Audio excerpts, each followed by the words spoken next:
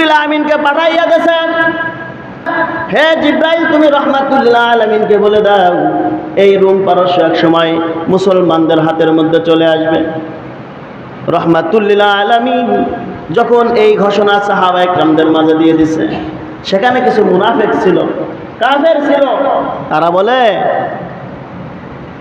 মুহাম্মাদের পাত তলেই মাটি নাই, সে আবার রোম পারস্য বিজয় করবে।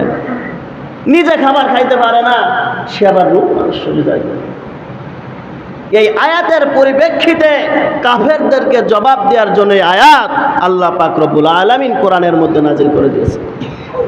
আল্লাহ পাক রব্বুল আলামিন বলেন, এই সমস্ত জগৎটাকে আমি সৃষ্টি করেছি আমার হাতে, রাজত্ব আমি করব, যাকে ইচ্ছা তাকে দিয়ে করব।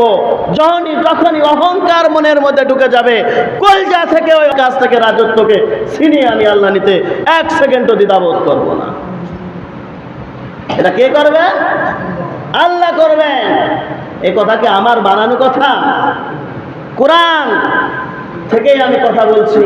আয়াতটাও এজন্যই নাজিল হয়েছে, কাফেররা বলছিল বাবা মুহাম্মাদের পান নিচে মাটি নাই, সে আবার রোম পারস্য বিজয় করবে। ঠিকই খলিফাতুল মুসলিমিন হযরত ওমরের জামানায়